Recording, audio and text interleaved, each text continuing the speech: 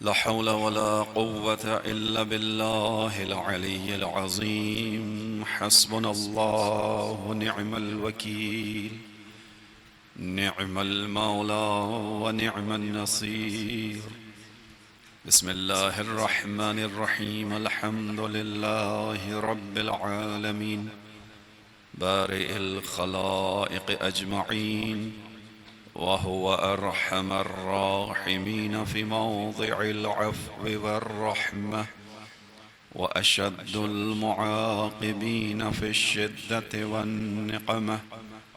ثم الصلاة والسلام والتحية والإكرام على رسوله البشير النذير، السراج المنير، مولانا ومولى الثقلين، جد الحسنين، أبي القاسم محمد، وعلى أهل بيته الطيبين الطاهرين المعصومين المظلومين، الذين أذهب الله عنهم الرجس وطهرهم تطهيرا.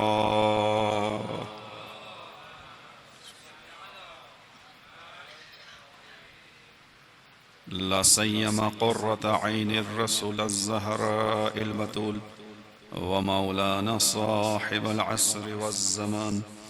أما بعد، قال الله الحكيم في كتابه الكريم: بسم الله الرحمن الرحيم. لقد خلقنا الإنسان في أحسن تقويم ثم رددناه أسفل سافلين إلا الذين آمنوا وعملوا الصالحات فلهم أجر غير ممنون. درود بھیجی محمد والے محمد پر. محمد و آلہ. عزیزان محترم، سورہ مبارکہ تین آیات سے تین آیات سے آپ کے سامنے گفتگو ہو رہی ہے، جس میں آپ کے سامنے یہ بیان ہوا کہ خداوند عالم نے انسان کو اختیار کے ساتھ خلق کیا ہے. انسان کا سفر اپنے اختیار سے ہے. انسان کو خداوند عالم نے احسن تقویم پہ خلق کیا، اور اسی انسان کے سامنے اسفل سافلین تک جانے کا راستہ بھی موجود ہے. فیصلہ انسان نے کرنا ہے کہ اس نے اپنے کمال پر باقی رہنا ہے، اپنی خلقت کے حقیقی مقصد کو پانا ہے، یا اس نے اپنے حقیقی مقصد کو چھوڑ کر گمراہی اور پھر زوال کے راستے کو اپنانا ہے.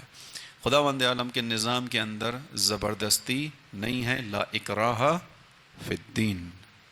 دین کے اندر کوئی زور زبردستی نہیں ہے. قد تبین الرشد من الغی. خدا کا کام کیا تھا کہ اس نے تبین الرشد من الغی، رشد آگاہی، شعور، نیکی، اچھائی کو غی، طغیان، تاریکی، ظلمت سے الگ کر دیا، بیان کر دیا. تبین تبیان کر دیا، خدا نے بیان کر دیا یہ اچھائی ہے برائی. تبین الرشد من الغی فمن یکفر بالطاغوت ویؤمن باللہ. بس اس تبیان کے نتیجے میں، اس بیان کے نتیجے میں جو کفر کا انکار کرے اور اللہ پر ایمان لے کر آئے، فمن یکفر بالطاغوت ویؤمن باللہ فقد استمسک بالعروۃ الوثقی لا انفصام لہا واللہ سمیع علیم. بس جس نے کفر کا انکار کیا، طاغوت کا انکار کیا اور ایمان لے کر آیا، تو وہ اسی محکم رسی سے جڑ گیا کہ جو پھر ٹوٹنے والی نہیں ہے. یہ محکم رسی پھر انسان کو خداوند عالم کی بارگاہ تک پہنچائے گی، انسان کو کمال تک پہنچائے گی.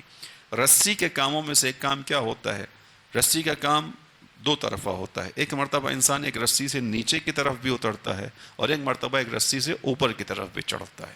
جس کو خداوند عالم نے حبل قرار دیا، یہ وہ رسی ہے جو انسان کو اوپر کی سمت لے کر جاتی ہے. کہ اس رسی سے اگر انسان جڑ جائے تو اس رسی کا کمال یہ کہ انسان کو اوپر کی طرف لے کے جائے گی. اور روایت میں رسول اللہ صلی اللہ علیہ وآلہ وسلم نے بیان فرمایا کہ من یتمسک بالعروۃ الوثقی، جو چاہتا ہے کہ عروۃ الوثقی سے، کہ جس کے بارے میں خدا نے کہا التی لا انفصام لہا، جس میں کوئی توڑ نہیں ہوگا، کوئی اس کے اندر کھچاؤ نہیں ہوگا، وہ ٹوٹے گی نہیں. جو بھی اس عروہ سے جڑنا چاہتا ہے فَلْيَتَمَسَّكْ بِوِلَایَةِ علی ابن ابی طالب، اسے چاہیے کہ وہ علی ابن ابی طالب کی ولایت کی رسی کو تھام لے. یہ وہ رسی ہے کہ جو خدا کی بارگاہ تک پہنچانے والی ہے۔ بس عزیزوں، انسان اسفل سافلین میں بھی جا سکتا ہے اور احسن خلقت پر بھی باقی رہ سکتا ہے۔ فیصلہ میرا اور آپ کا اپنا اپنا ہے۔ اس فیصلے کے اندر ہر انسان انفرادی طور پر شامل ہے۔ ماں باپ بھی اس فیصلے کے اندر شامل نہیں ہو سکتے، مددگار ہو سکتے ہیں، شامل نہیں ہو سکتے۔ اولاد اپنے ماں باپ کے لیے ان کی زندگی کے فیصلوں میں کردار ادا کر سکتی ہے، شامل نہیں ہو سکتی۔ ہر انسان نے انفرادی طور پر خدا کی بارگاہ میں جانا ہے، خداوند عالم کی بارگاہ میں جانا ہے۔ خداوند عالم نے بیان کیا ہے کہ اس دن، قیامت کے دن، ہر انسان انفرادی حیثیت میں آئے گا۔ اب یہاں پر جوان بچوں کے لیے بیان کروں کہ ہم جو اپنے دوستوں کی گیدرنگز میں بیٹھ کر بعض اوقات وہ کام کر دیتے ہیں کہ جو ہمیں نہیں کرنا چاہیے، جو خلاف رضائے پروردگار ہوتا ہے، جو اہل بیت علیہ السلام کی مرضی کے مقابلے میں ہوتا ہے، اور یہ سوچتے ہیں کہ یہ دوستی کا حق ہے، تو یہ دوستی کا حق نہیں ہوتا، چونکہ یہ دوست کل ہمارے کسی کام نہیں آئے گا۔ ہم قیامت میں اکیلے خدا کی بارگاہ میں جائیں گے، ہم خدا کی بارگاہ میں اپنے کیے کا خود جواب دیں گے۔ شیطان کے بارے میں قرآن کریم نے بیان کیا کہ شیطان جو انسان کو بہکاتا ہے، قیامت کا دن آئے گا، قیامت کے دن ایک انسان کے جو بہکا ہوا انسان ہوگا، جس کو شیطان نے بہکایا ہوگا، گمراہ کیا ہوگا، اور جب اس کا نامہ عمل اس کے سامنے آئے گا تو یہ شیطان کو ملامت کرے گا، اس کو برا بھلا کہے گا، اسے برا بھلا کہہ کر کہے گا کہ تیری وجہ سے میں اس گمراہی میں پڑا تھا، تیری وجہ سے میں نے یہ کام کیا تھا، تیری وجہ سے میں مادیت کا شکار ہو گیا تھا، تیری وجہ سے میں نے ائمہ علیہ السلام کے مکتب میں شک کیا تھا، تیری وجہ سے میں احکام دین سے پیچھے ہٹا تھا۔ یہ ساری جو ہے وہ گفتگو قیامت میں ہوگی، خدا نے بیان کیا۔ وہاں شیطان پلٹ کر کیا کہے گا؟ شیطان انسان کے سوال اس بات کے اوپر کہ تیری وجہ سے یہ ہوا، پلٹ کر ایک جملہ کہے گا۔ شیطان انسان کو کہے گا کہ فلا تلومونی، مجھے الزام مت دو، ڈونٹ بلیم می، لوموا انفسکم، اپنے آپ کو بلیم کرو، اپنے آپ کو الزام دو، blame yourself, don't blame me, مجھے الزام مت دو، فلا تلومونی لوموا انفسکم، اپنے آپ کو بلیم کرو، اپنے آپ کو الزام دو۔ کیوں؟ اس لیے کہ تم سے ایک وعدہ تمہارے پروردگار نے کیا اور ایک وعدہ میں نے کیا، تم جانتے تھے تمہارے پروردگار کا وعدہ سچا ہے، اس کے باوجود تم نے اس کے سچے وعدے کو چھوڑ کر میرے وعدے پر عمل کیا، اس میں میرا کیا قصور ہے؟ تمہارے ایمان کا مسئلہ تھا۔ یہ شیطان کا جواب ہوگا قیامت کے دن، فلا تلومونی لوموا انفسکم۔ اب وہ شیطان جس کے کہنے میں انسان سب کچھ کر رہا ہے، خداوند عالم کی مخالفت کر رہا ہے، چونکہ اس نے تو قسم کھائی ہے، اس نے تو جس دن آدم کو سجدے سے انکار کیا، خدا نے کہا تو یہاں سے نکل جا، فإنک رجیم، تو یہاں سے چلا جا، تیرے اوپر پھٹکار پڑے گی، میری طرف سے نکل گیا تو، وَإِنَّ عَلَيْكَ لَعْنَتِي إِلَى يَوْمِ الدِّينِ، اور تیرے اوپر قیامت تک میری لعنت برسے گی۔ توجہ کیجئے گا، وہ شیطان کہ جو 6000 سال خدا کی عبادت کر چکا تھا، امام علی علیہ السلام کے مطابق، کہ ہمیں یہ نہیں معلوم یہ 6000 سال زمین کے ہیں کہ آسمان کے ہیں۔ فرق کیا پڑے گا اس سے معلوم ہونے سے؟ فرق یہ پڑے گا کہ اگر زمین کے سال ہیں تو 6000 سال ہیں، یعنی ہر سال 365 دن کا ہے، لیکن اگر آسمان کے ہیں تو آسمان کا ایک سال زمین کے 1000 سال کے برابر ہوتا ہے، یہ فرق پڑے گا۔ اب اگر اس نے آسمانی 6000 سال کی عبادت کی ہے تو سوچئے کتنا لمبا عرصہ ہے جو اس نے عبادت کی ہے، لیکن ایک آنے واحد میں خدا کی بارگاہ سے مردود ہو گیا، نکال دیا گیا۔ کس وقت؟ جب اس نے خداوند عالم کے امر کے سامنے اپنی گردن کو نہیں جھکایا، جب اس نے خداوند عالم کے سامنے آدم سے حسد کیا، تکبر کیا، اور تکبر کے نتیجے میں نکال دیا گیا۔ ٹھیک، لہذا ہم اور آپ خدا کی بارگاہ میں انفرادی حیثیت میں آئیں گے۔ خداوند عالم نے ہمیں یہ بیان کیا، فیصلہ ہم نے کرنا ہے، ہماری بحث یہاں تک پہنچی ہے۔ اب اس فیصلے کو ہمارے سامنے خداوند عالم نے اچھے انداز میں رکھا، اس میں نجات کا راستہ خدا نے کیا رکھا؟ ایمان۔ کون اسفل السافلین تک جانے سے بچ جائے گا؟ کون گرنے سے بچ جائے گا؟ کس کو نجات ملے گی؟ جو میں آپ کے سامنے گرنا بیان کر رہا ہوں، یہ ایسے ہی فرضی بات نہیں ہے، حقائق ہے کہ انسان گر جاتا ہے۔ انسان گر جانے سے کیا مراد ہے؟ یعنی بعض اوقات انسان کے ہاتھ میں ایمان ہوتا ہے اور ایک وقت آتا ہے کہ ایمان اس کے ہاتھ سے چلا جاتا ہے، اس کو انسان نے تھامنا ہے۔ آگے انشاءاللہ موقع ملے گا تو مثالوں میں اس کو بیان کروں گا آپ کے سامنے کہ کس طرح انسان ایمان کی منزل پر ہوتے ہوئے گر جاتا ہے۔ یہ فیصلہ انسان نے کرنا ہے کہ اس کو محکم تھام کے رکھنا ہے، اس ایمان کو۔ نجات، اسفل سافلین سے نجات ایمان کے ذریعے سے. بچوں کے ذہن میں بات کو بٹھانے کے لیے قرآن کی مثال دیتے ہوئے آگے بڑھتا ہوں. درود پڑھیے محمد والے محمد.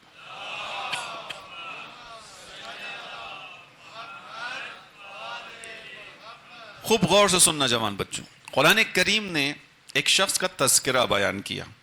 قرآن میں خداوند عالم نے کہا وَاتْلُ عَلَيْهِمْ نَبَأَ الَّذِي آتَيْنَاهُ مِنْ آيَاتِنَا. رسول سے کہا وَاتْلُ عَلَيْهِمْ، ان کے سامنے پڑھیے، تلاوت کیجئے، ان کو بتائیے.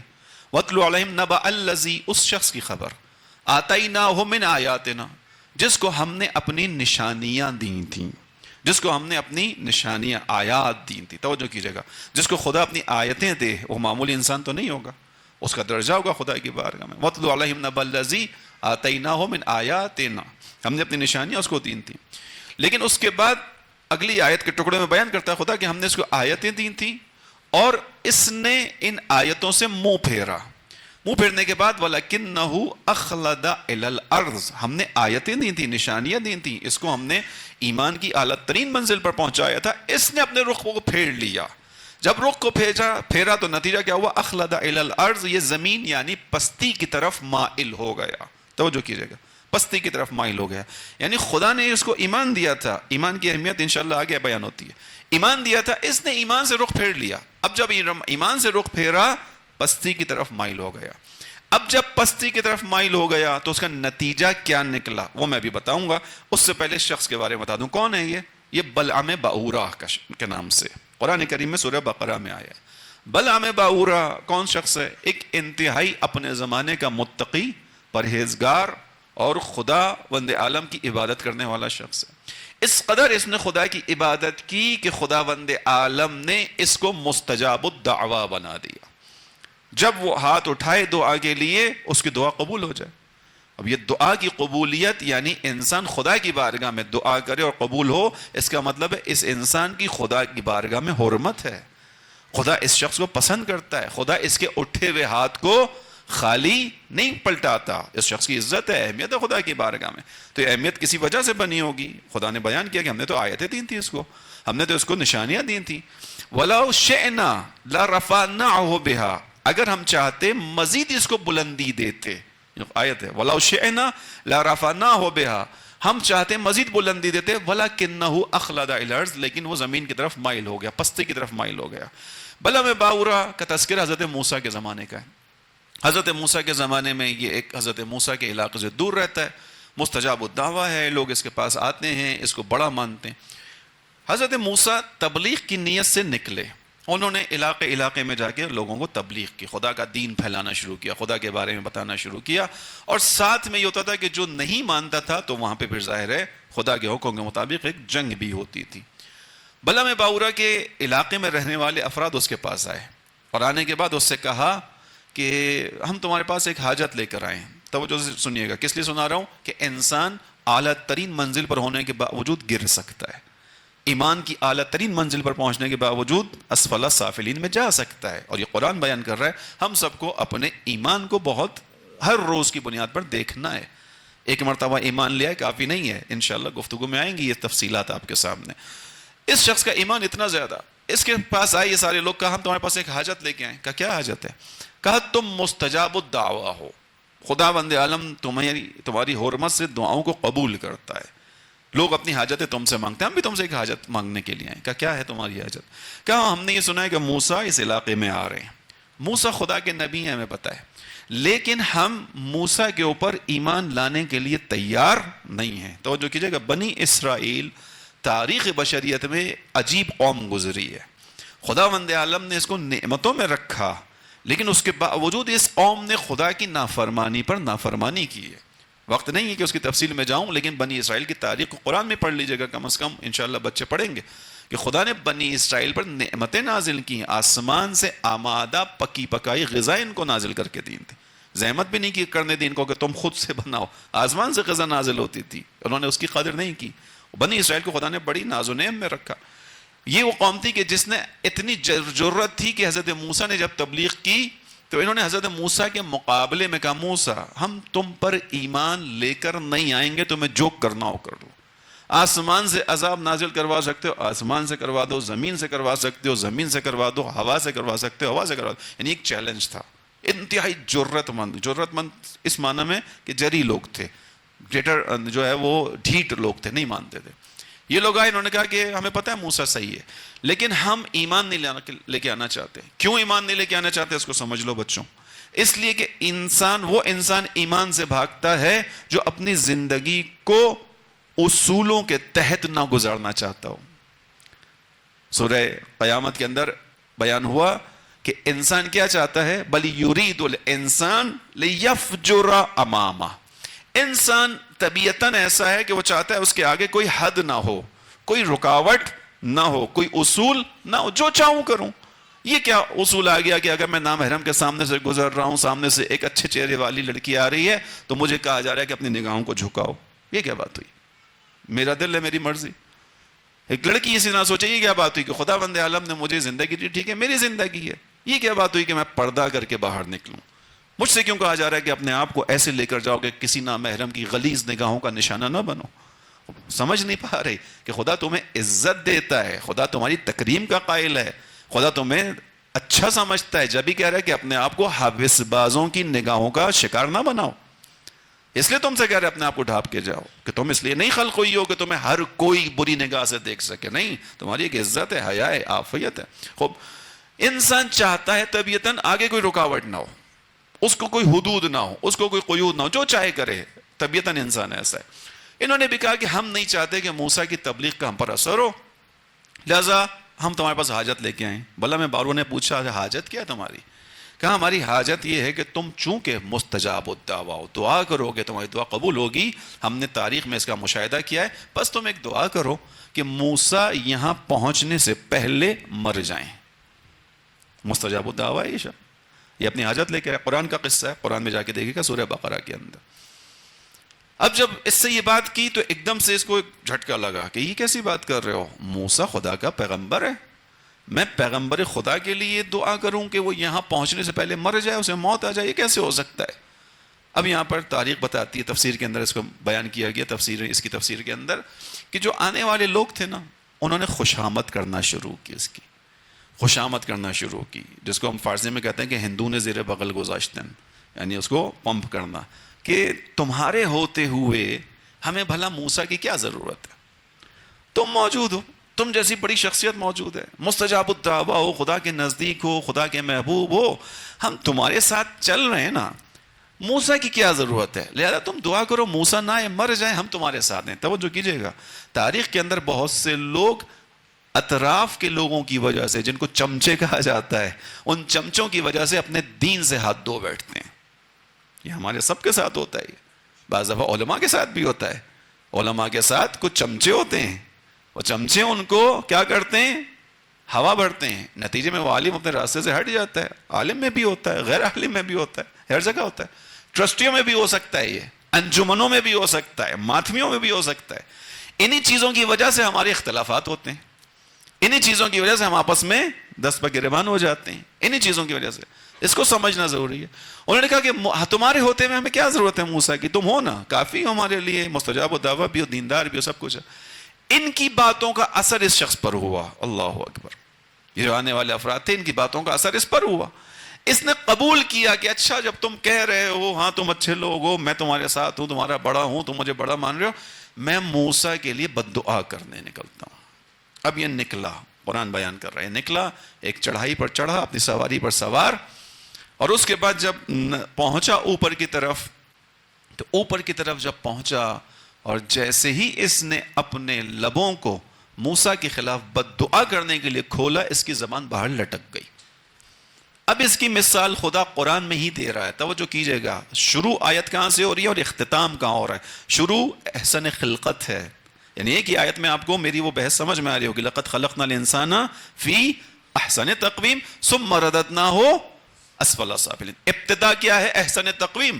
یہ اسی آیت کی ابتدا میں احسن تقویم کی خدا خبر دے رہا ہے. وہ کیا تھی؟ وَاتْلُ عَلَيْهِمْ نَبَأَ الَّذِي آتَيْنَاهُ مِنْ آیَاتِنَا. اس کا تذکرہ کرو جس کو ہم نے اپنی نشانیاں دی تھیں. وَلَوْ شِئْنَا لَرَفَعْنَاهُ بِهَا. اگر ہم چاہتے اسے مزید رفعت و بلندی عطا کرتے. یہ ہے احسن خلقت. ٹھیک ہے، احسن تقویم کے نزدیک تھا.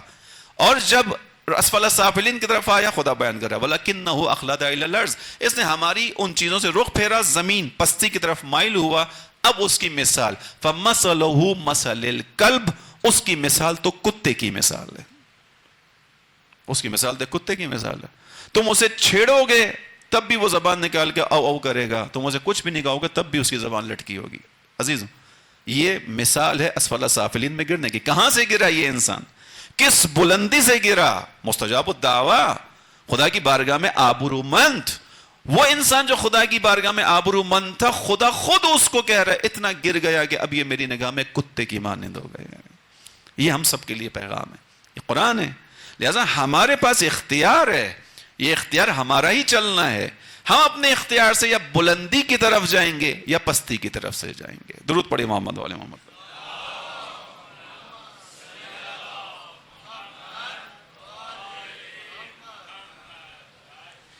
انشاءاللہ یہ بات ذہن میں بس آ گئی ہوگی کہ یہ جو کہا جا رہا ہے کہ انسان جو ہے پستی کی طرف گر جائے گا، تو پھر اس پستی کی طرف گرنے کے امکانات ہیں اور قرآن سے دلیل دی. کوئی واقعہ تاریخ سے، روایت سے، تاریخ کے کسی پیج سے نہیں لایا، قرآن سے لایا آپ کے سامنے یہ بات. اس کا مطلب ہے یہ ہے مسئلہ. اور آگے بڑھتے ہیں تیزی کے ساتھ. ایمان انسان کو اس پستی سے بچا سکتا ہے. الا الذین آمنوا، کون بچے گا اس اسفل السافلین میں جانے سے؟ جو مومن ہوگا. وعملوا الصالحات، اور ایمان کی علامت عمل ہے. ایمان بغیر عمل کے نامکمل ہے. ایمان اور عمل دو پروں کو کہا جاتا ہے. پرندہ ایک پر پہ نہیں اڑ سکتا، پرندہ ہمیشہ دو پروں پہ اڑے گا. یہ دونوں پر ایک ساتھ چلتے ہیں تو پرندہ پرواز لیتا ہے. ایسا ہی ہے نا، دیکھا ہوگا پرندے کو بچوں نے اڑتے ہوئے. جب پرندہ دونوں پروں کو ساتھ مارتا ہے، دونوں پروں کی طاقت زمین پر جاتی ہے تو اس کو انرجی ملتی ہے، وہ ہوا میں اڑنا شروع کرتا ہے. دونوں پر یعنی ایمان عمل، علم عمل، عقیدہ عمل. ناممکن ہے کہ کسی ایک چیز کے ساتھ انسان پرواز کر سکے، نہیں ہو سکتا. اب یہ ایمان انسانوں کے درمیان جو فرق خداوند عالم نے رکھا وہ اسی چیز کے ذریعے سے رکھا. انسانوں میں خداوند عالم نے پہلا فرق مسلمان اور کافر کے اندر رکھا. انسانوں میں مسلمان بھی ہے، کافر بھی ہے. پھر مسلمانوں کے اندر جو فرق ہے وہ مومن، فاسق اور منافق کا فرق ہے. اب من کان مؤمنا کمن کان فاسقا لا یستوون، قرآن کی آیت ہے نا. اب من کان مؤمنا کمن کان فاسقا لا یستوون. کیا مومن اور فاسق ایک جیسا ہو سکتا ہے؟ لا یستوون، نہیں، یہ دونوں ہرگز برابر نہیں ہیں. یعنی ایمان کا اظہار کرنے والا اور عملی طور پر ایمان اپنے دل میں رکھنے والا برابر ہیں؟ نہیں. ایمان کے بعد فسق و فجور و گناہ کو انجام دینے والا اور ایمان کے ساتھ نیک عمل انجام دینے والا برابر ہیں؟ نہیں. کس کی نگاہ میں؟ خدا کی نگاہ میں. خدا کی نگاہ میں برابر نہیں ہے. معاشرہ کسی کو کسی بھی نگاہ سے دیکھتا رہے، کوئی فرق نہیں پڑتا. معاشرے کی نگاہ میں کوئی کتنا ہی حاجی کیوں نہ ہو، یتیموں کا مال کھانے کے باوجود اس کے نام کے ساتھ الحاج لگا ہوا ہے، لوگ احترام کر رہے ہیں کہ اس نے ماشاءاللہ 7 حج کیے ہیں. یہ دیکھنا بھول گئے کہ ان 7 حجوں میں اس نے اپنی بہن کا گھر، اس کا حق نہیں دیا. ان 7 حجوں میں لوگ دیکھنا بھول گئے کہ اس نے جو ہے وہ کسی یتیم کا مال اپنے مال میں رکھا ہوا ہے. لوگوں کی نگاہ میں کچھ بھی، خدا کی نگاہ میں برابر نہیں ہے. لا یستوون، خدا کی نگاہ میں دونوں فرق ہیں. بس توجہ کیجئے گا. ایمان کی اہمیت یہ ہے کہ خداوند عالم نے ہمارے اور آپ کے لیے ایمان کو پسند کیا. سورہ مبارکہ حجرات کی آیت نمبر 7، وَلَكِنَّ اللَّهَ حَبَّبَ إِلَيْكُمُ الْإِيمَانَ. توجہ کیجئے گا، ہمارا تذکرہ ہے، میں پہلے دن سے آپ کے سامنے کہہ رہا ہوں، قرآن کی یہ آیات ہمارے بارے میں، یعنی ہم بھی اس کا مصداق ہیں. وَلَكِنَّ اللَّهَ حَبَّبَ إِلَيْكُمُ الْإِيمَانَ، خداوند عالم نے ایمان کو تمہاری پسند کا ذریعہ قرار دیا ہے، یعنی تمہیں ایسا بنایا ہے کہ تمہیں ایمان پسند آئے گا. وَزَيَّنَهُ فِي قُلُوبِكُمْ، اور تمہارے دلوں کو اس نے جو مزین کیا، خوبصورتی عطا کی، بیوٹیفائی کیا، وہ ایمان کے ذریعے سے کیا. تمہارے دلوں کے اندر جو زینت ہے وہ ایمان کی وجہ سے. وَلَكِنَّ اللَّهَ حَبَّبَ إِلَيْكُمُ الْإِيمَانَ وَزَيَّنَهُ فِي قُلُوبِكُمْ وَكَرَّهَ إِلَيْكُمُ الْكُفْرَ وَالْفُسُوقَ وَالْعِصْيَانَ. اور اسی خدا نے تمہیں ایسا بنایا ہے کہ تمہیں کفر، فسق اور گناہوں سے کراہت ہے. تم طبیعتاً نہ کفر کو پسند کر سکتے ہو، نہ فسوق کو، نہ گناہوں کو پسند کر سکتے ہو. اگر تم اس کیفیت میں سمجھے گا اس آیت کو، کون سی آیت کا حوالہ دیا ہے؟ سورہ حجرات آیت نمبر 7. خدا بیان کر رہا ہے اب مجھے اپنے اندر دیکھنا ہے کہ میری زندگی میں ایمان مورد پسند ہے یا نہیں ہے. مجھے ایمان کے ظواہر، ایمان کی بحث، ایماندار رہنا پسند ہے یا نہیں ہے. خدا کہہ رہا ہے میں نے ایسا بنایا ہے. وَلَكِنَّ اللَّهَ حَبَّبَ إِلَيْكُمْ یعنی تمہیں ایسا بنایا کہ تم جیسے مثال کے طور پہ گلاب کے پھول کو دیکھتے ہو. جو انسان سالم فطرت رکھتا ہے، سالم فطرت، بعض دفعہ انسان کی فطرت خراب ہو جاتی ہے، طبیعت خراب ہو جاتی ہے. سالم فطرت اور طبیعت رکھنے والے کو گلاب کا پھول اچھا لگتا ہے. ایسا ہی ہے، اس کی خوشبو اچھی لگتی ہے جس کی طبیعت صحیح ہو، سالم ہو، اندر سے سالم ہو. جس کے اندر خرابی ہو اس کو شاید وہ پھول اچھا نہ لگے. میٹھا پانی، ٹھنڈا پانی ہر انسان کو گوارا لگتا ہے، خوشگوار لگتا ہے. یہ یعنی خدا نے پسند بنایا ہے. خدا نے اسی طرح جیسے مجھے اور آپ کو ٹھنڈا پانی گرمی میں پسند ہے، ٹھنڈا شربت گرمی میں پسند ہے، جس طرح ہمیں اور آپ کو روزے کے بعد افطار کرتے ہوئے بیٹھ کر اس پر افطار کرنا پسند ہے، اسی طرح خدا کہہ رہا ہے وَلَكِنَّ اللَّهَ حَبَّبَ إِلَيْكُمُ الْإِيمَانَ تمہارے لیے ایمان میں نے پسند کی چیز قرار دی ہے. اگر تم اپنی سالم فطرت کے اوپر ہو تو تمہیں ایمان پسند آئے گا. وَزَيَّنَهُ فِي قُلُوبِكُمْ اور اس ایمان کے ذریعے سے تمہارے دلوں کو خوبصورتی عطا کی ہے. اس ایمان کے ذریعے سے تمہارا دل خوبصورت ہے، یعنی دلوں کی خوبصورتی ایمان ہے. اور آگے وَكَرَّهَ إِلَيْكُمُ الْكُفْرَ اور تمہیں کفر پسند نہیں آئے گا، فسوق، فسق و فجور پسند نہیں آئے گا اور گناہ پسند نہیں آئے گا. ایک میزان آ گیا. مجھے اپنی زندگی میں دیکھنا ہے میں اپنی سالم فطرت پر ہوں یا نہیں ہوں. سالم فطرت پر ہونے کے نتیجے میں کیا ہوگا؟ مجھے ایمان اچھا لگے گا، کفر و فسوق برا لگے گا. جہاں گناہ کی محفل ہوگی مجھے وہاں سے نفرت ہوگی. جہاں ایمان کے مظاہر ہوں گے وہاں مجھے بیٹھنا اچھا لگے گا. اب مجھے دیکھنا ہے کہ آیا جہاں غیبتیں ہوتی ہیں غیبت ایمان کا حصہ ہے یا فسوق کا حصہ ہے؟ فسوق کا حصہ ہے. مجھے غیبتوں کی محفل میں بیٹھنا اچھا لگتا ہے یا برا لگتا ہے؟ اگر مجھے غیبت کی محفل میں بیٹھنا اچھا لگتا ہے اس کا مطلب کیا ہوا؟ میں نے اپنی فطرت کو خراب کیا ہوا ہے. چونکہ قرآن میں خدا کہہ رہا ہے کہ اگر اپنی صحیح فطرت پر ہو تو تمہیں فسق و فجور کی محفل سے کراہت ہوگی. جیسے امام خمینی رضوان اللہ تعالی علیہ اپنی محفل میں ان کے یہاں ایک اصول طے تھا کہ جب کبھی بھی ہم بیٹھیں گے تو ہرگز کسی تیسرے شخص کی بات ہمارے درمیان نہیں ہوگی. تیسرے شخص کی بات ہی نہیں ہوگی. جو بات ہوگی ہماری اور آپ کی ہوگی. میں بیٹھا ہوں آپ کے سامنے، آپ بیٹھے میرے سامنے.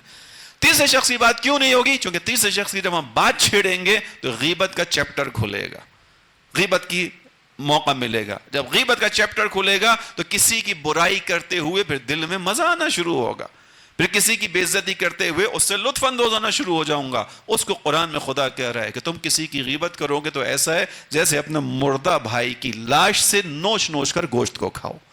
اور تم میں سے کسی کو بھی یہ بات پسند نہیں ہے. لہذا بچوں، جوانوں سے کہہ رہا ہوں یہ ایک میزان آ گیا ہمارے پاس.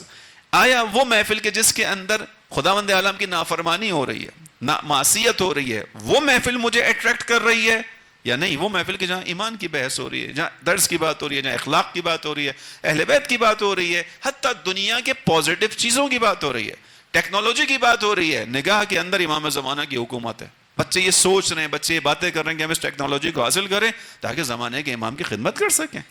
دین کا مطلب یہ نہیں کہ خود چند خاص چیزوں کے اندر بات کرنی ہے، نہیں. دین تو آگے بڑھانے کی بات کرتا ہے. انشاءاللہ اس پہ بات ہوگی. بس ایک میزان یہ سامنے آیا، ایمان کیا ہے جو پسند ہے. خدا نے کہا ایمان کی اہمیت یہ کہ میں نے تمہارے لیے مورد پسند قرار دیا، اور کفر و فسوق و عصیان کو تمہارے لیے میں نے کراہت کا ذریعہ قرار دیا ہے. اگر اس میزان پر چلو گے یعنی تمہیں ایمان اور ایمان کی علامات اور ایمان کی محفلیں پسند آئیں گی اور تمہیں کفر، فسوق اور گناہوں سے کراہت ہوگی، اولئک هم الراشدون، تو پھر یہ وہ گروہ ہے جو رشد پا چکا ہے، یہ وہ گروہ ہے جو ہوشیار ہے، جو سمجھدار ہے. سمجھیے گا اس بحث کو. رشد کیا چیز ہے؟ رشد وہ علمی مرتبہ اور مرحلہ ہے کہ جس کو حاصل کرنے کے لیے خدا نے اپنے ایک نبی کو ایک شخص کے ساتھ لگایا کہ جاؤ اس کے پاس. تذکرہ کس کا ہے؟ حضرت موسیٰ کا. حضرت موسیٰ کے زمانے میں ایک شخص نے آ کر حضرت موسیٰ سے سوال کیا، موسیٰ اس وقت زمین خدا پر سب سے زیادہ جاننے والا شخص کون ہے؟ سب سے بڑا عالم کون ہے؟ اب آپ تھوڑا اس زمانے میں جائیں، حضرت موسیٰ کون ہیں؟ اللہ کے نبی ہیں، خاص انبیاء میں سے، اولو العزم پیغمبروں میں سے. 5 اولو العزم انبیاء پیغمبر ہیں ہمارے پاس، ان میں سے ایک موسیٰ ہیں، صاحب کتاب ہیں، صاحب تورات ہیں. یہ خصوصیت ہے کہ موسیٰ کو کلیم اللہ کہا گیا، خدا نے کلام کیا موسیٰ کے ساتھ، بڑا مرتبہ مقام ہے. لہذا تھوڑی دیر کے لیے آپ سوچیں، حضرت موسیٰ نے اگر جواب دیا، ان سے پوچھنے والے نے پوچھا اس وقت خدا کی زمین پر سب سے بڑا عالم کون ہے؟ حضرت موسیٰ نے زبان سے نہیں کہا، فقط حضرت موسیٰ کے دل میں خیال گزرا ان خصوصیات کو سامنے رکھتے ہوئے، تورات کا تو صاحب تورات ہیں، کلیم اللہ ہیں، خدا نے ان کو معجزات دکھائے، معجزے دیے ہیں، اولو العزم بنایا، دل میں خیال گزرا کہ اس وقت زمین خدا پر سب سے زیادہ جاننے والا میں ہوں۔ یہ خیال گزرا، خداوند عالم نے جبرائیل کو بھیجا، جبرائیل موسیٰ کے پاس جاؤ، اس سے پہلے کہ موسیٰ، یہ روایت کے الفاظ ہیں، اس سے پہلے کہ موسیٰ عجب کے ذریعے سے ہلاک ہو جائے اس تک پہنچ جاؤ۔ توجہ کیجئے گا، عجب کیا چیز ہے؟ اپنے اندر بڑائی کا احساس، تکبر اپنی اس احساس کو دکھانے کا نام ہے، دکھانے کا نام ہے، غرور اس تکبر کو دکھانے کا نام ہے، یعنی ایک انسان ایسے چلے کہ اس کے چلنے سے نظر آئے کہ یہ مغرور ہے، دوسروں کو حقیر سمجھے، اس کے چلنے میں دوسروں کو اس کے آگے سے ہٹایا جائے، یہ تکبر ہے، یہ غرور ہے، یہ کسی کے لیے بھی صحیح نہیں ہے، ٹھیک۔ لیکن عجب کیا چیز ہے؟ بعض اوقات ممکن ہے انسان کا سر جھکا ہوا ہو لیکن اندر سے عجب ہو، اس کے اندر وہ سر جھکا ہوا ہو اس کا، لیکن وہ اپنے آپ کو سب سے بڑا سمجھتا ہو، یہ عجب ہے۔ حضرت موسیٰ کے لیے خدا نے کہا جبرائیل اس سے پہلے کہ عجب اسے ہلاک کر دے، پہنچ جاؤ اس کے پاس۔ حضرت موسیٰ کے پاس آیا جناب جبرائیل، آنے کے بعد کہا کہ خداوند عالم نے کہا ہے کہ جائیے آپ، ہمارا ایک بندہ ہے، اس کو تلاش کیجئے اور اس کے پاس جا کر اس سے وہ سیکھیے جو آپ کو نہیں پتا۔ سورہ کہف میں پڑھنا بچوں اس کو جا کے، اور دیگر قرآن کی آیتوں میں کہ جہاں پہ حضرت موسیٰ اور حضرت خضر کا تذکرہ ہے، مخصوصاً سورہ کہف کے اندر، اس کہا کہ جا کے ان سے کہیں وہ سیکھو اس سے تمہیں نہیں پتا۔ پیغام دے دیا خدا نے، موسیٰ تم سب سے زیادہ جاننے والے نہیں ہو، تم سے زیادہ جاننے والا بھی کوئی ہے، تم سے زیادہ جاننے والا بھی کوئی۔ خوب، حضرت موسیٰ پہنچے، تلاش میں نکلے، حضرت خضر تک پہنچ گئے، قصہ طولانی ہے، حضرت خضر تک پہنچ گئے۔ جب حضرت خضر تک پہنچے تو وہاں ان سے یہ بات کی کہ آپ مجھے اجازت دیں کہ میں آپ کی ہمراہی میں چلوں تاکہ اس رشد تک پہنچ سکوں جو آپ کو خدا نے عطا کیا ہے۔ یہ تھا رشد، یعنی خدا اس رشد، اس کمال تک پہنچنے کے لیے اپنے نبی کو کسی کے ذمہ لگاتا ہے کہ تم اس کے پیچھے چلو۔ خدا نے کہا اگر تمہیں ایمان پسند ہے، ایمان کی محفل پسند ہے، کفر و فسوق و گناہوں کی محفل سے تم بیزار ہو، اولئک هم الراشدون، تم اہل رشد ہو، تم اس مرتبے تک پہنچ چکے ہو۔ درود پڑھیے محمد و آل محمد۔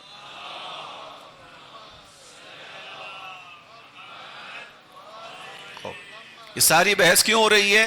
اسفل السافلین میں جانے سے کیا چیز بچائے گی؟ ایمان، الا الذین آمنوا، ایمان بچائے گا۔ ایمان کی علامت بیان کر رہا ہوں آپ کے سامنے۔ ایمان کی علامت یعنی گناہوں سے بیزاری، گناہ اچھا نہ لگے، گناہوں سے انسان اکتانا شروع کرے، اچھی محفلوں میں بیٹھنا شروع کرے، بس عزیزان۔ ایمان کی یہ خصوصیت آپ کے سامنے بیان کی۔ اس کے بعد اب یہی جو ایمان ہے اس کا اثر کیا ہوتا ہے، یہ تمام وہ علامتیں آپ کے سامنے بیان کر رہا ہوں کہ انسان اپنی زندگی کو علامتوں کے ذریعے سے گزار سکتا ہے، یعنی مجھے پتا ہو کہ میری یہ جو ایمان کی زندگی ہے خدا کی بارگاہ میں قبول ہے یا نہیں ہے، میں مومن ہوں یا نہیں ہوں، اس کے لیے علامات دی ہیں۔ میں مثال بچوں کو سمجھانے کے لیے دوں کہ جیسے فرض کیجئے میں یہاں سے ابھی کراچی سے نکلوں، بائی روڈ کوئٹہ سے نکلوں کراچی کی طرف جاؤں، یا کوئٹہ سے نکلوں لاہور کی طرف جاؤں، میں اس راستے پہ جا رہا ہوں، اب مجھے نہیں معلوم، راستے بہت سارے جا رہے ہیں، بہت ساری ہائی ویز بنی ہوئی ہیں، ادھر جا رہی ہے ادھر جا رہی ہے، میں کیا کروں گا؟ اپنے لیے کچھ علامتوں کو سمجھوں گا۔ جو اس راستے پہ جانے والا ہوگا اس سے پوچھوں گا کہ بھائی آپ مجھ سے پہلے جا چکے ہو اس راستے پر، مجھے ذرا نشانیاں تو بتاؤ تاکہ مجھے پتا چلے کہ میں کوئٹہ سے جو کراچی جانے والی ہائی وے ہے اسی پہ چڑھاؤں یا نہیں۔ ایسا نہ ہو میرا رخ کراچی کی جگہ تافتان کی طرف ہو جائے، ہو سکتا ہے نہیں ہو سکتا، پہاڑ سے باہر نکلوں گا ایک راستہ تافتان جا رہا ہے ایک راستہ کراچی جا رہا ہے، تو نشانی پوچھوں گا، وہ بندے خدا مجھے نشانی بتائے گا کہ جب تم پہنچو گے تو یہ نشانی ذہن میں رکھنا۔ نشانی علامت ہے، علائم ہے۔ ظہور امام کے لیے بھی ہمیں علائم بتائے گئے ہیں کہ دیکھو امام زمانہ کا انتظار کرنا، علامتیں، انہی علامتوں پہ نگاہ رکھنا، ان علامتوں کے ذریعے سے تمہیں سمجھ میں آتا رہے گا کہ یہ ظہور ابھی کتنا نزدیک ہوتا چلا گیا ہے۔ کیوں علامتوں پہ نگاہ رکھنا؟ تاکہ تمہارے ایمان کے اندر تقویت ہوتی رہے۔ ایک علامت پوری ہوگی تمہارا ایمان قوی ہوگا کہ الحمدللہ ایک علامت پوری ہو گئی، زمانے کے امام کے آنے کا فاصلہ کم ہو گیا ہے، تمہارا ایمان باقی رہے گا۔ خوب، یہ علامتیں، مومن کی علامتیں، ایک علامت یہ بیان کی۔ دوسری علامت سورہ مبارکہ انفال کے اندر ہے، اس پہ خداوند عالم بیان کر رہا ہے کہ ایمان کیا کام کرتا ہے۔ اب یہ ایمان سمجھیے گا اس چیز کو، ایمان یہ کام کرتا ہے کہ انسان کے دل میں سکون فراہم کرتا ہے۔ اب آ کر دوسری علامت کو ہمیں اپنی زندگی میں دیکھنا ہے۔ ایمان انسان کے دل میں سکون فراہم کرتا ہے. هو الذی انزل السکینة فی قلوب المؤمنین لیزدادوا ایمانا مع ایمانہم. هو الذی وہی ہے یعنی وہ خدا ہے. الذی جس نے انزل السکینۃ فی قلوب المؤمنین کہ جو صاحبان ایمان کے دل میں سکون کو نازل کرتا ہے. لیزدادوا ایمانا مع ایمانہم تاکہ ان کے ایمان میں مزید ایمان آ سکے, ان کے ایمان میں اضافہ ہو سکے. لیزدادوا مع ایمانہم وکان اللہ علیما حکیما. خدا ہر چیز کو وللہ جنود السماوات والارض آسمان اور زمین کے جو بھی لشکر ہیں وہ سب خدا کے لیے ہیں. وکان اللہ علیما حکیما. خدا ہر شے کا جاننے والا ہے. ایک علامت اور کہ جو مومن ہوتا ہے اس کا دل مطمئن ہوتا ہے. مومن کے دل میں ہمیشہ سکون ہوتا ہے. اس کا مطلب یہ نہیں کہ مومن کا امتحان نہیں ہوگا, وہ آگے بیان کرتا ہوں. مومن کا امتحان ہوگا, مومن مشکل میں آئے گا, مومن آزمائش میں جائے گا, لیکن مومن کا دل مطمئن ہوتا ہے. اور یہ ایمان کون ڈالتا ہے؟ خدا. اگر مومن ہو تو یہ ایمان خدا, اطمینان خدا ڈالے گا. هو الذی انزل السکینہ, وہی ہے جو تمہارے دل میں, مومن کے دل میں سکون ڈالتا ہے. خدا کی طرف سے آتے ہیں اطمینان. لیکن اس کے لیے ایمان حقیقی تک پہنچنا ضروری ہے. اس کے لیے صحیح ایمان تک پہنچنا ضروری ہے. آیا ایمان کاذب بھی ہوتا ہے کہ نہیں ہوتا؟ سوال پہ گھبراتے تو نہیں آپ لوگ؟ ایمان کاذب بھی ہوتا ہے یا فقط ایمان ہوتا ہے؟ نہیں, ایمان کاذب بھی ہوتا ہے, جھوٹا ایمان بھی ہوتا ہے.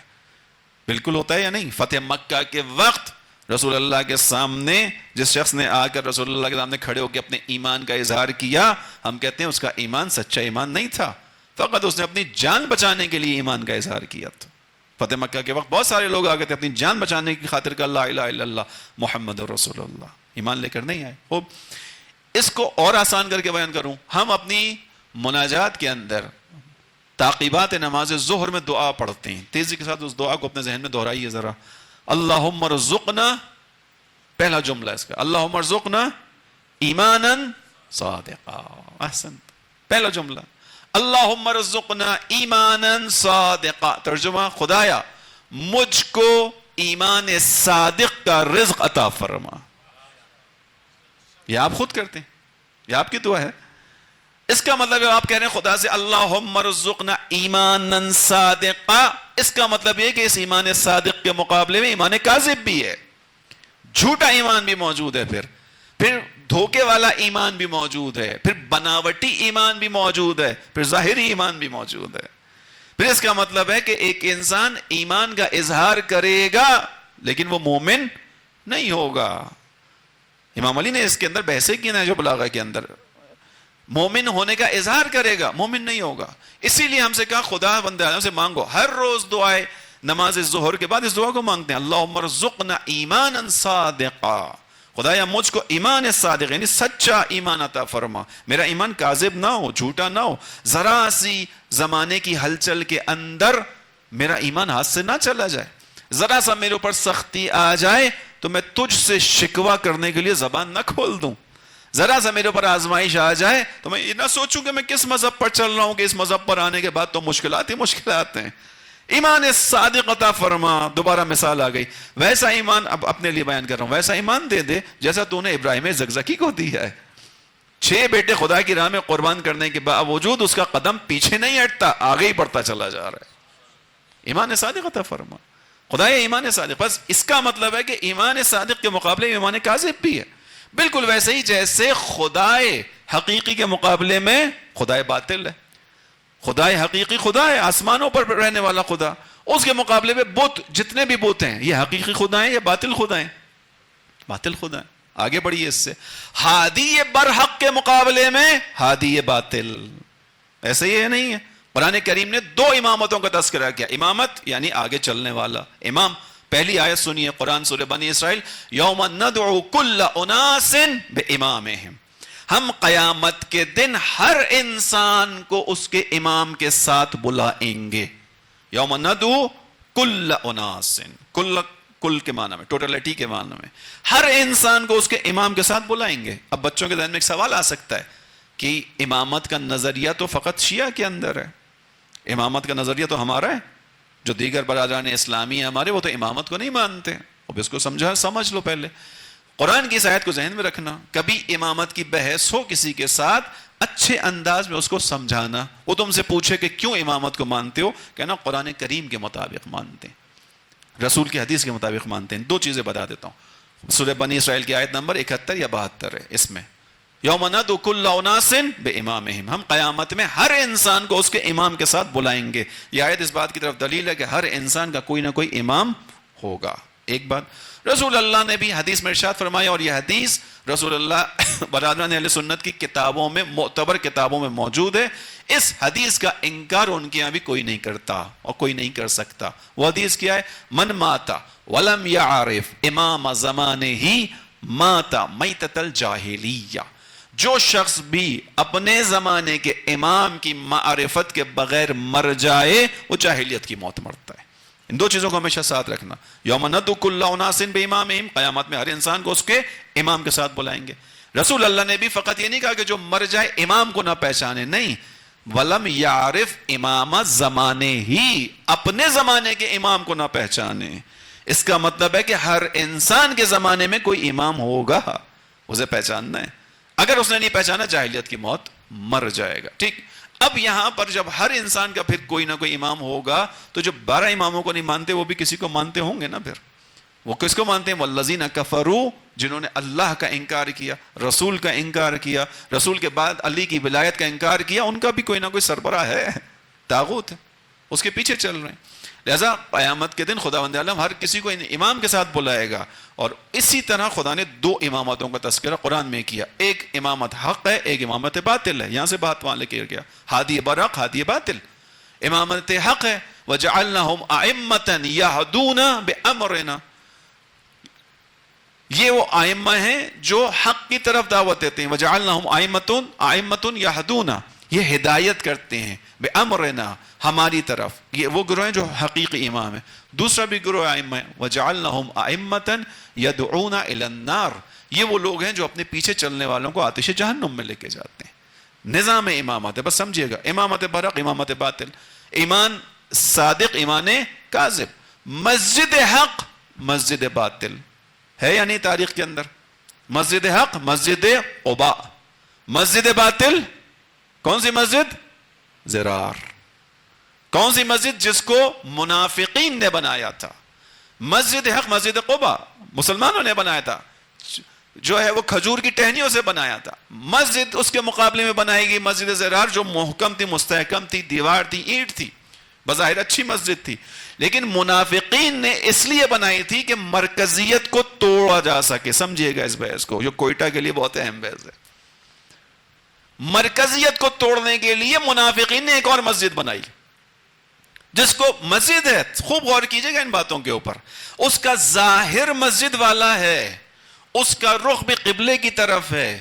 اس کو بھی اس لیے بنایا گیا کہ اللہ کے عبادت گزار بندے یہاں پر آئیں، عبادت کریں، مگر وہی خدا جس کی مسجد میں عبادت ہوتی ہے، وہی خدا رسول سے کہتا ہے کہ تم ہرگز اس مسجد میں اپنا قدم مت رکھنا، چونکہ یہ مسلمانوں میں فرقے کے لیے بنائی گئی، تفریق کے لیے بنائی گئی.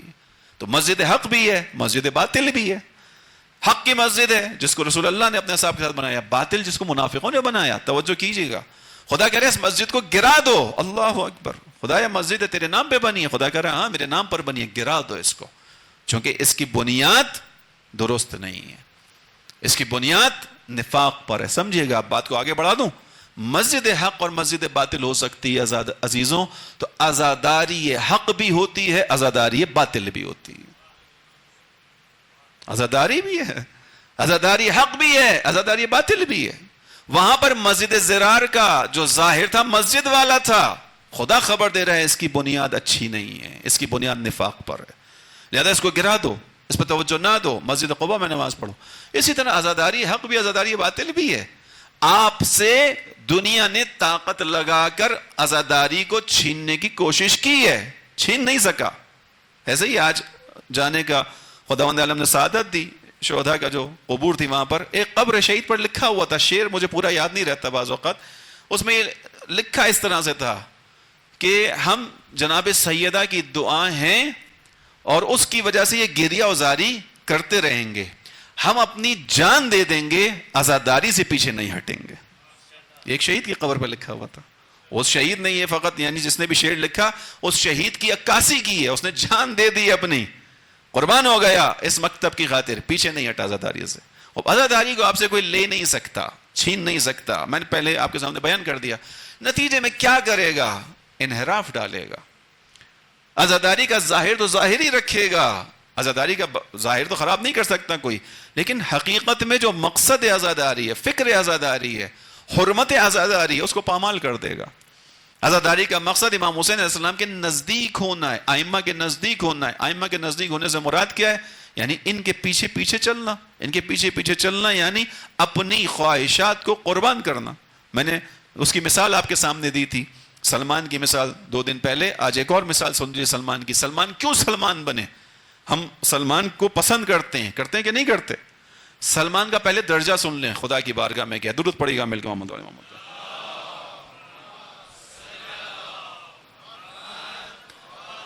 عزیزو, سلمان کا خدا کی بارگاہ میں بڑا درجہ ہے. امام علی کے زمانے میں 2 افراد تھے, ان میں سے کچھ جگہوں پہ بیٹھے ہوئے تھے. ایک جگہ ایسا ہوا کہ ایک شخص کو بچھو نے کاٹ لیا, جیسے نکل کے آتا ہے نا زمین سے بچھو ہوتا ہے, اس نے اس کو کاٹ لیا. اس کے جسم پہ اس کا اثر ہوا, بیمار ہو کے بستر پہ پڑ گیا. امام علی کا ماننے والا تھا یہ. امام کو خبر ملی, اب یہ پریشان تھا, تڑپ رہا تھا کہ کہیں میں اس میں مر نہ جاؤں. خوب غور سے سنیے گا سلمان کی عظمت, اور پھر سلمان کیوں سلمان بنے, اور پھر آ رہا ہوں اس طرف کہ ہمارے حق کیا ہے عزاداری کا. سلمان کی عظمت یہ کہ جب وہ شخص کو بچھو نے کاٹا, امام علی اس کی عیادت کے لیے گئے. اس نے امام سے کہا مولا مجھے خوف ہے کہ کہیں اس زخم کے اندر اس بیماری میں مر نہ جاؤں.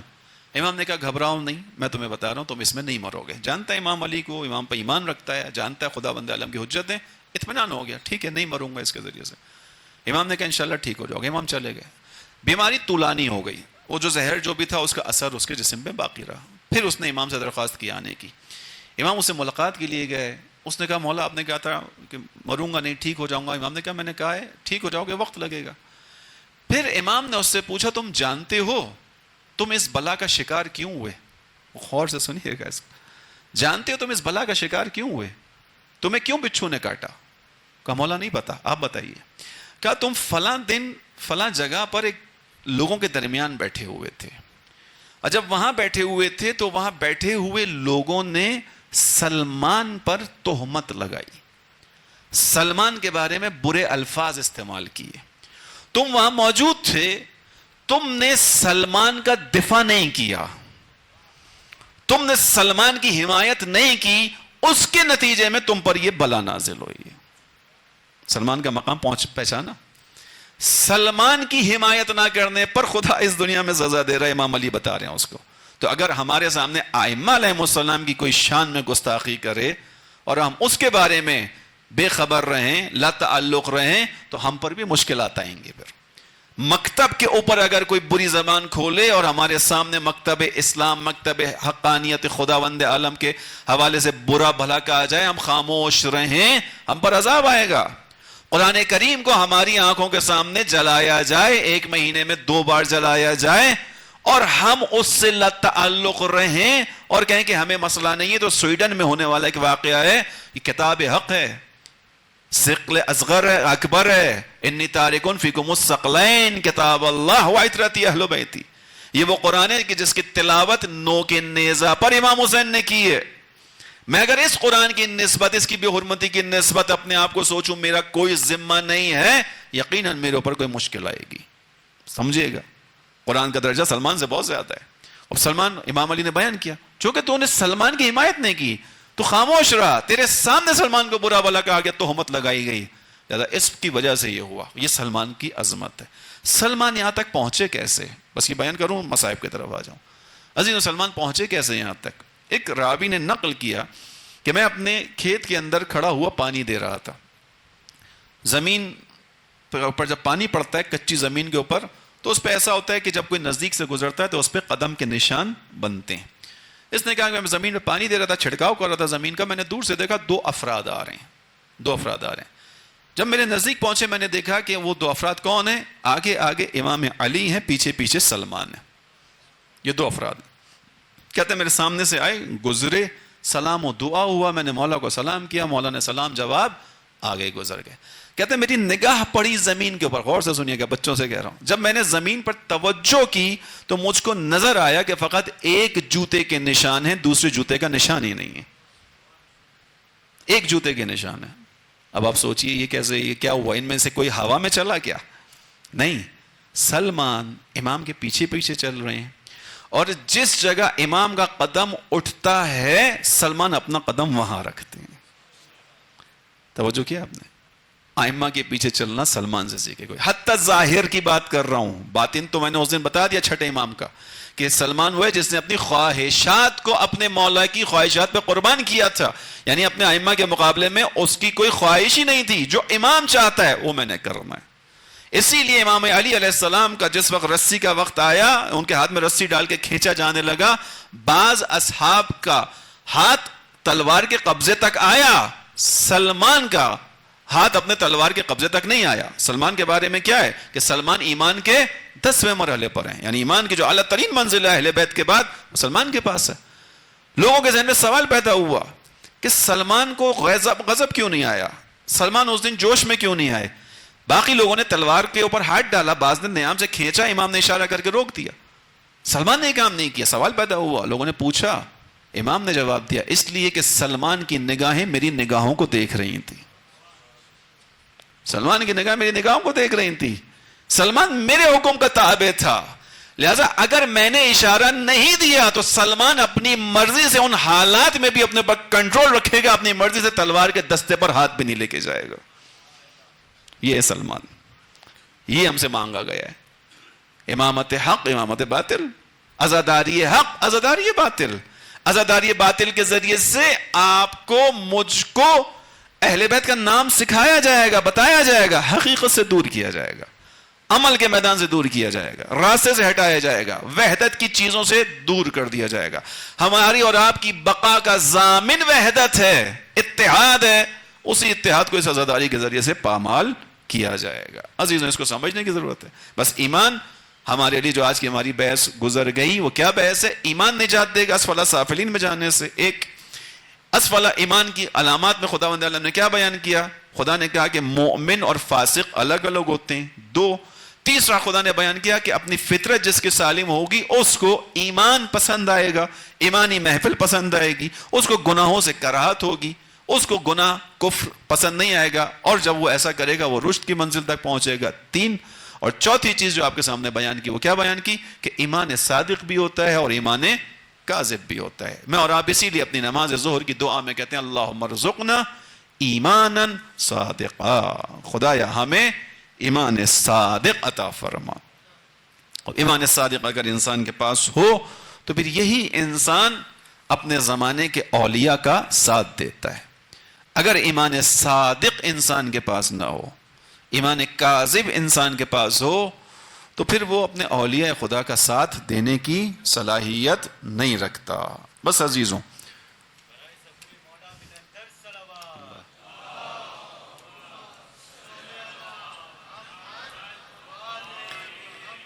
اگر ایمان صادق ہو تو پھر انسان خدا کی حجت کا ساتھ دینے کے قابل بنتا ہے. جن کے اندر صادق ایمان تھا وہ کربلا میں امام حسین کے ساتھ آئے. جن کے ایمانوں میں تھوڑا کجی تھی یا ایمان ہلکا تھا یا دبا ہوا تھا, انہوں نے روتی بھی آنکھوں سے رخصت کر دیا, ساتھ نہیں دے پائے. آج شب جمعہ, شب جمعہ شب زیارت ابا عبداللہ الحسین. شب جمعہ وہ شب ہے کہ جس میں ہر مومن اپنے زمانے کے اپنے مولا حسین کو یاد کر کے ان کی زیارت مخصوصاً پڑھتا ہے. شب جمعہ ایک مومن کا دل کربلا کی سمت پرواز کرتا ہے. شب جمعہ انسان آرزو کرتا ہے کاش وہ آج کی اس شب میں کربلا کے میدان میں ہوتا, کاش وہ اپنے زمانے اپنے مولا کی زیارت کرتا. خدا آپ سب کو شب جمعہ نصیب فرمائے کربلا میں. عزیزوں, بس شب جمعہ کی بات آ گئی, کربلا کی بات آ گئی. ہمارا دل کربلائی ہے, جسم اگر یہاں ہو تو کیا ہو, روح تو ہماری کربلا میں جا سکتی. آئیے سب مل کے کربلا چلتے ہیں, سب مل کے کربلا کا سفر کرتے ہیں. چھٹے امام نے بیان کیا اپنے صحابی سے کہ تو ہمارے مولا جد حسین کی زیارت پر جاتا ہے. حسین کا مولا جاتا ہوں. امام نے کہا کب کب جاتا ہے؟ کہا مولا بہت ٹائم ہو جاتا ہے. کہاں ہو رہا ہے یہ سوال جواب؟ مدینے کے اندر۔ امام نے اس سے کہا تو ہمارے جد کی زیارت پہ ہر روز کیوں نہیں جاتا؟ اس نے کہا مولا ہر روز کیسے جاؤں، میں مدینے میں ہوں، امام حسین کربلا میں۔ امام نے کہا میں راستہ بتاتا ہوں، جب تیرا دل چاہے حسین کی زیارت کرنے کا، آسمان کے نیچے آ، کھڑا ہو، دائیں دیکھ بائیں دیکھ، آسمان پر نگاہ کر کے کہہ دے صلی اللہ علیہ یا ابا عبداللہ۔ امام کہتے ہیں میں تیری زیارت کا ضامن ہوں، تیری زیارت ہے، بس آئیے آج اس طرح زیارت کرتے ہیں، سب مل کے اپنے امام کو سلام کرتے ہیں، اسی حسینیے سے، اسی امام بارگاہ سے سب کربلا کا سفر کریں، میرے ساتھ ساتھ امام کو سلام کریں، مصائب کے ٹکڑے اس کے بعد السلام علیک یا ابا عبداللہ وعلى الأرواح التي حلت بفنائك عليك مني سلام الله أبدا ما بقيت وبقي الليل والنهار ولا جعله الله آخر العهد مني لزيارتكم سب مل کے السلام على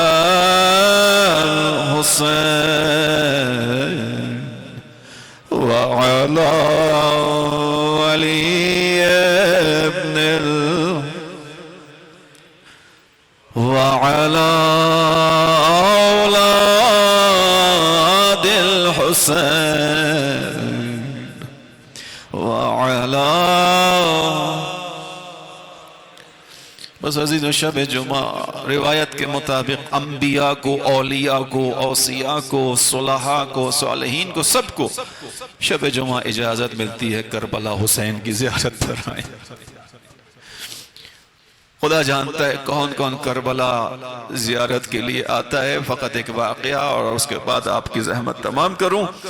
ایک ذاکر آپ نے دیکھا ہوگا کہ جیسے مختلف حرموں میں لوگ کھڑے ہوتے ہیں، لوگ آتے ہیں ان سے کہتے ہیں کہ وہ اجیر بناتے ہیں ہمارے لیے مرثیہ پڑھ دو، ہمارے لیے نوحہ پڑھ دو۔ ایک ذاکر تھا، اسی طرح وہ کربلا میں امام حسین کے سراہنے ذکر کیا کرتا تھا۔ شب جمعہ ہوتی تھی اس میں ذکر کرتا تھا۔ ایک دن نقل کرتا ہے کہ میرے خواب میں امام حسین تشریف لے کر آئے۔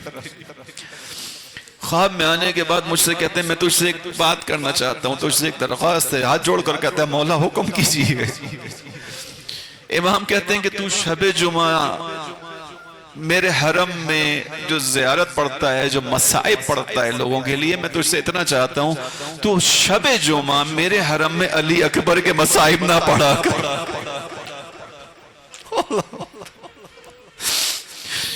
وہ کہتا ہے مولا کیوں نہ پڑھوں؟ امام کہتے ہیں اس لیے کہ شب جمعہ میری ماں فاطمہ زہرا آتی ہے۔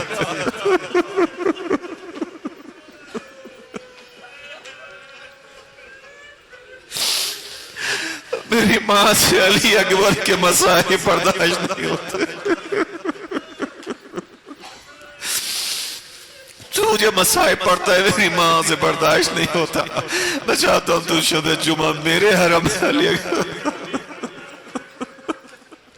بس عزیزو علی اکبر کا ہی توسل کر کے زحمت تمام کروں۔ علی اکبر وہ جوان رعنائے حسین، وہ جوان رشید کہ جب باپ کے سامنے آ کر کھڑا ہوا بابا جانے کی اجازت دیجئے، میرے مولا نے کہا اکبر تمہیں معلوم ہے کیا مانگ رہے ہو؟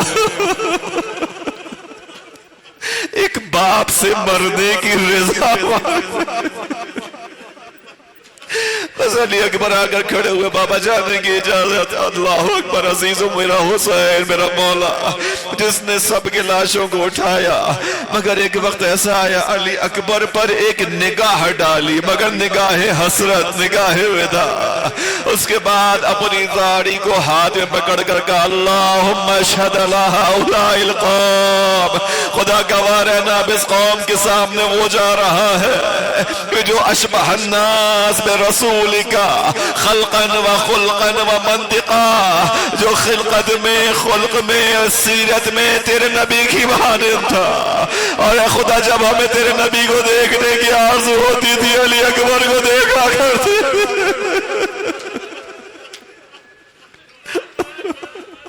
بس اب علی اکبر کو میرے مولا نے عزیز و روانہ کر دیا۔ آپ نے تفصیلی مصائب سن لیے، پہلے عشرے میں بس تذکرہ آیا، توسل مکمل ہو۔ علی اکبر جو روانہ ہوئے، امام علی اکبر کو محسوس ہوا کہ پیچھے پیچھے کوئی چلتا ہوا آ رہا ہے۔